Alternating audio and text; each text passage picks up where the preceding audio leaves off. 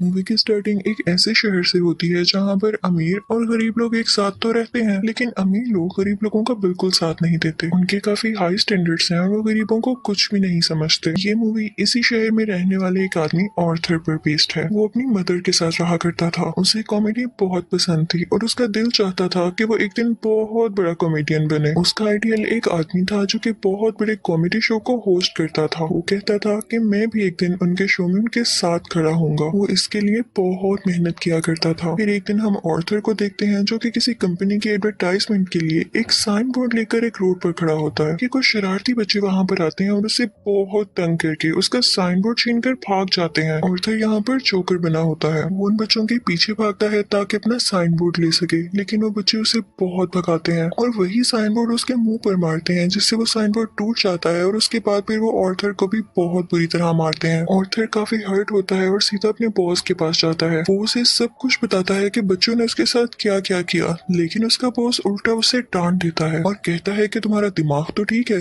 बच्चे ऐसी हरकत कैसे कर सकते हैं। बॉस उससे कहता है कि मैं तुम्हें तुम्हारी सैलरी भी नहीं दूंगा। ऑर्थर में कॉन्फिडेंस की बहुत कमी होती है, इसलिए वो यहाँ पर खुद के बारे में कुछ बोल ही नहीं पाता। वो वहाँ से काफी उदास होकर बाहर आ जाता है और सोचता है कि क्या मैं इतना बुरा हूँ कि कोई भी मेरी बात का यकीन ही नहीं करता। वो अपने घर आता है और डांस करने लगता है। यहाँ पे हम देखते हैं कि उसकी बॉडी काफी वीक होती है। अगले दिन ऑर्थर अपने कोलीग से मिलता है और उसे उन बच्चों के बारे में बताता है। उसका कोलीग उसे कहता है कि ये तो बहुत गलत हुआ, तुम्हें अपनी हिफाजत करनी चाहिए थी यार। और इसी के साथ वो उसे गन देता है और कहता है कि इसे अपने पास रख लो, ये मुश्किल वक्त में तुम्हारे काम आएगी। ऑर्थर ये लेने से इनकार करता है, लेकिन वो आदमी जबरदस्ती उसे गन दे देता है और फिर ऑर्थर अपने घर के लिए निकल पड़ता है। वो बस में होता है तो उसके सामने एक बच्चा भी बैठा होता है। वो उसे हंसाने की कोशिश करने लगता है और वो बच्चा जोर जोर से हंसने लगता है, जिस पर उस बच्चे की मदर को गुस्सा आ जाता है और वो ऑर्थर से कहती है कि हटो, परेशान मत करो हमें। लेकिन इस बात पर ऑर्थर हंसने लगता है। इनफैक्ट हमें बताया जाता है कि ऑर्थर को कोई सीरियस साइकोलॉजिकल इशू होता है और वो अपनी हंसी को कंट्रोल ही नहीं कर पाता। उसे कहीं पर भी हंसी आ जाती है। वो बस में बैठे हुई उस लेडी को एक कार्ड देता है जिसमें उसकी डिजीज के बारे में सब कुछ लिखा होता है। वो घर आता है और अपनी मेडिसिन लेने लगता है। इनफैक्ट वो गरीब था और ये दवाई बहुत एक्सपेंसिव थी, तो वो गवर्नमेंट के बनाए गए मेडिकल सेंटर से ये दवाई फ्री लेता था। वो एक दिन अपनी साइकियाट्रिस्ट के पास जाता है। वो उसे कहती है कि मुझे अपनी डायरी दिखाओ कि तुम क्या क्या लिखते रहे हो। जैसे ही वो उसकी डायरी खोलती है उसमें ये लिखा होता है कि मैं उस तरह नहीं मरना चाहता जिस तरह बुरी तरह से मैंने जिंदगी गुजारी है। फिर ऑर्थर वहाँ से अपने घर जाता है तो उसकी मदर उससे पूछती है कि क्या टॉमस की तरफ से कोई लेटर आया, तो ऑर्थर कहता है कि नहीं, आज भी नहीं। इनफैक्ट टॉमस इस मूवी में बहुत ज्यादा रिच बिजनेसमैन दिखाया गया है और लोग उससे बहुत डरते हैं। उसकी माँ उसे कहती है कि अगर उसको हमारी हालत के बारे में पता चलेगा तो वो हमारी हेल्प जरूर करेगा। अगले दिन जब वो बाहर जाता है तो वापसी पर आते हुए रास्ते में उसे एक सिंगल मदर मिलती है जिसके साथ एक छोटी सी बेटी भी होती है। वो ऑर्थर को काफी अच्छी लगने लगती है, लेकिन वो अपने घर आ जाता है। यहाँ उसकी मदर उससे फिर उसी लेटर के बारे में पूछती है तो ऑर्थर कहता है आपका क्या लेना देना है उससे, वो हमारी मदद नहीं करेगा। अगले दिन हम देखते हैं कि वो सिंगल लड़की ऑर्थर के घर पर आती है। वो उससे कहती है कि मैं कुछ टाइम से नोट कर रही हूँ कि तुम मेरा पीछा कर रहे हो, जिस पर ऑर्थर उसे कहता है कि हाँ, मुझे तुम अच्छी लगी हो। तो इस पर वो लड़की हंसने लगती है और जल्दी उन दोनों में दोस्ती हो जाती है। ऑर्थर को एक और जगह से जोकर की ऑफर आती है। वो एक चिल्ड्रन हॉस्पिटल होता है और जब ऑर्थर वहाँ पर जाकर डांस कर रहा होता है तो उसकी पॉकेट से वही गन बाहर आकर गिरती है। सब बच्चे डर जाते हैं और स्टाफ हैरान होता है कि इसके पास गन क्या कर रही है। ये बात फैलती है और उसे इस जॉब से भी निकाल दिया जाता है। वो अपने बॉस को कॉल करता है कि ये तो सिर्फ एक टॉय गन है, तो उसका बॉस उसे कहता है कि झूठ मत बोलो, मुझे तुम्हारे कोलीग ने सब कुछ बता दिया है कि तुमने खुद उससे गन ली। यहाँ पर ऑर्थर का दिल दोबारा से बहुत दुखता है कि उसके कोलीग ने तो उसे जबरदस्ती ये गन दी थी। फिर हम देखते हैं कि ऑर्थर ट्रेन में घर जा रहा होता है और वहाँ पर 3 बिजनेसमैन भी होते हैं जो कि थॉमस वेन के ही आदमी थे। वो ट्रेन में बैठी हुई एक लड़की को छेड़ रहे होते हैं।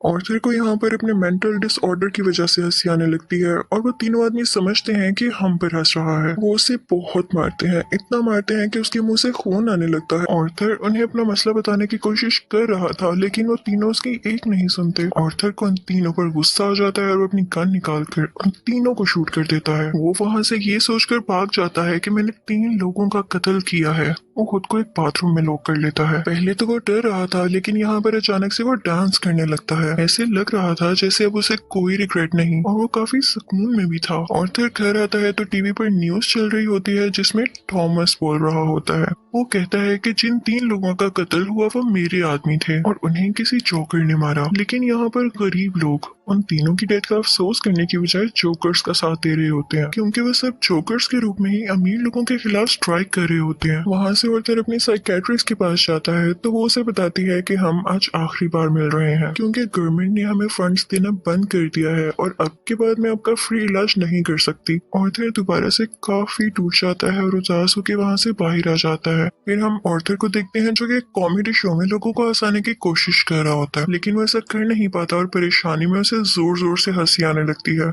इस वजह से उसका शो खराब हो जाता है और वो घर आ जाता है। घर आने पर उसकी मॉम उसे कहती है कि बेटा ये लेटर टॉमस के लिए पोस्ट कर दो। ऑर्थर जब ये पढ़ता है तो उसे अपनी आंखों पर यकीन ही नहीं आता। वो अपनी मदर के पास जाता है और कहता है आपने मुझसे सब कुछ क्यों छुपाया। उसकी माँ उसे बताती है कि बेटा मैंने ये जानकर नहीं किया। इनफैक्ट टॉमस और मैं एक दूसरे को पसंद करते थे और इवन शादी भी करना चाहते थे, लेकिन मैं बहुत गरीब थी और वो बहुत अमीर, तो हम सोसाइटी की वजह से शादी नहीं कर सके। ऑर्थर अपने बाप से मिलने के लिए निकल पड़ता है। जब वो वहाँ पर पहुँचता है तो उसके घर के गेट के पीछे टॉमस का अपना बेटा खड़ा होता है। ऑर्थर उसके सामने बच्चों जैसी हरकतें करने लगता है और उसे भी हंसाने की कोशिश करता है, लेकिन तभी वहाँ पर टॉमस का बटलर आ जाता है। वो उस बच्चे से कहता है कि स्ट्रेंजर से बात नहीं करते और ऑर्थर को वहाँ से जाने के लिए कहता है। ऑर्थर उससे कहता है कि मैं सच्चाई से पर्दा हटा कर ही जाऊंगा। मेरी माँ ने टॉमस के यहाँ 30 साल काम किया और वो दोनों एक दूसरे को पसंद भी करते थे और मैं किसी और का नहीं टॉमस का ही बेटा हूँ। जिस पर बटलर उसे कहता है कि तुम भी पागल हो और तुम्हारी माँ भी पागल है। उसने ये स्टोरी अपने पास से बनाई है, उसका टॉमस से कोई लेना देना नहीं है। ये सुनकर ऑर्थर को काफी बुरा लगता है और वो वहाँ से चला जाता है। ऑर्थर जब घर जाता है तो उसे पता चलता है उसकी मॉम को कोई अटैक हुआ है और उन्हें हॉस्पिटल शिफ्ट किया जाता है। ऑर्थर जब बाहर बैठा होता है तो उसके पास 2 पुलिस ऑफिसर्स आते हैं। वो उससे पूछते हैं कि ट्रेन में उस दिन जो 3 आदमी मरे क्या तुम उनको जानते हो। तो ऑर्थर आगे से कहता है नहीं, मुझे क्या पता होगा। उसे पता चलता है कि इन पुलिस ऑफिसर्स ने उसकी माँ से भी सेम क्वेश्चन किया था, जिसकी वजह से उसकी मॉम को अटैक हुआ। वो अंदर अपनी माँ के पास आ जाता है और वहीं पर वो सिंगल मदर भी होती है कि तभी टीवी पर एक न्यूज चलती है और उस पर ऑर्थर का वही फेवरेट टीवी होस्ट होता है, वही कॉमेडियन जिसे ऑर्थर बहुत पसंद किया करता था। वो काफी शौक से उसका शो देखने लगता है, लेकिन देखते ही देखते उसे अपना चेहरा टीवी स्क्रीन पर दिखाया जाता है। बेसिकली ऑर्थर का फेवरेट कॉमेडियन उसका मजाक उड़ा रहा होता है। जब ऑर्थर को एक कॉमेडी शो में हंसी आ गई थी, ये देखकर ऑर्थर काफी टूट जाता है कि मेरा आइडियल मेरा मजाक उड़ा रहा है, इससे तो मुझे इंस्पिरेशन मिली थी। उसे सब चीज पर यकीन ही नहीं आ रहा होता। टॉमस घर आता है तो न्यूज चल रही होती है कि शहर के हालात काफी खराब हो गए हैं। गरीब लोग जोकर्स का मास्क पहने सड़कों पर निकल आए हैं और अमीर लोगों के खिलाफ स्ट्राइक कर रहे हैं। इन लोगों में बहुत दुश्मनी बढ़ गई है और ये सारे के सारे टॉमस के खिलाफ हैं। ऑर्थर ये देखकर काफी खुश होता है कि वो सब के सब लोग जोकर बने हुए थे, यानी क्लाउन्स बने हुए थे। उसे लगता है कि पहली बार उसकी जॉब की या उसकी किसी ने तारीफ की हो। अब जहाँ पर वो गरीब लोग स्ट्राइक कर रहे थे वो एक थिएटर था। उस थिएटर के अंदर अमीर लोग एक मूवी देख रहे थे और वहाँ पर थॉमस भी था। उस स्ट्राइक को रोकने के लिए पुलिस वहाँ पर आ जाती है और उन्हें मना करती है। हर तरफ हलचल मच जाती है और इस चीज का फायदा उठाते हुए ऑर्थर उस थिएटर के अंदर चला जाता है। वो थिएटर के वॉशरूम में जाता है जहाँ पर थॉमस भी आया था।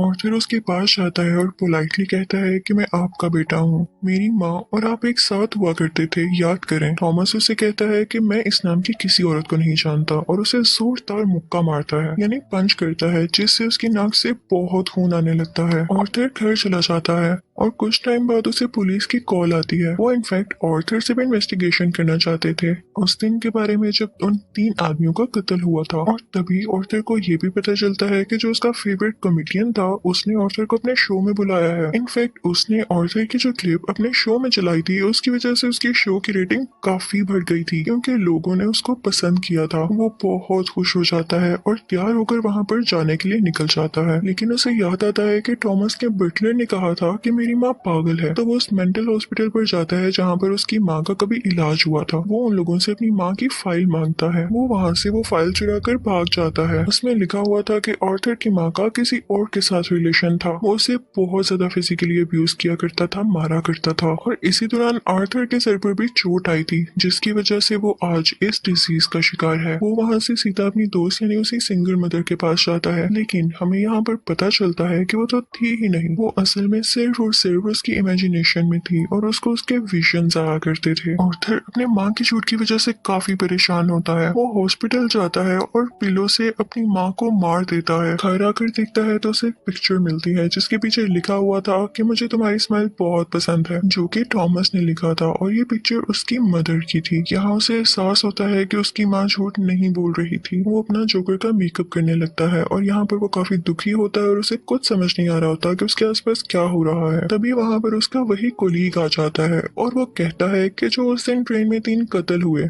और रिसेंटली तुम्हारी माँ का भी कत्ल हुआ, मैं उसके बारे में कुछ पूछना चाहता हूँ। आर्थर को लगता है कि ये लोग फिर से मेरा जीना हराम करने आए हैं और वो यहाँ पर अपने कोलीग को बुरी तरह से मार देता है। अब इसके बाद आर्थर तैयार होता है और अपने जोकर का फुल कॉस्ट्यूम पहन लेता है। वो अब अपने फेवरेट कॉमेडियन के शो में जाने की तैयारी कर रहा था। वो बहुत खुश होता है और रास्ते में डांस करता हुआ जा रहा होता है। वहीं पर वो दोनों पुलिस ऑफिसर्स भी आ जाते हैं जो उससे ट्रेन में हुए हादसे के बारे में इन्वेस्टिगेशन कर रहे थे। पर आर्थर वहाँ से भाग आता है और भागते भागते एक ट्रेन में घुस आता है। उस ट्रेन में और भी बहुत सारे लोग ऐसे थे जिन्होंने जोकर का कॉस्ट्यूम पहना था। पुलिस इतने सारे लोगों में उसको ढूंढ ही नहीं पाती, तो इसी बात का फायदा उठाते हुए वहाँ से बाहर आ जाता है और अपने फेवरेट कॉमेडियन के शो की तरफ जाता है। वो जब उसके सामने जाता है तो वो उससे पूछता है कि क्या तुम भी जोकर बने हो, क्या तुम भी अमीरों के खिलाफ प्रोटेस्ट कर रहे हो। आर्थर उससे रिक्वेस्ट करता है कि आप लोगों को मेरे बारे में कुछ ना बताइएगा सिवाय इसके कि मैं एक ऑर्डिनरी जोकर हूँ।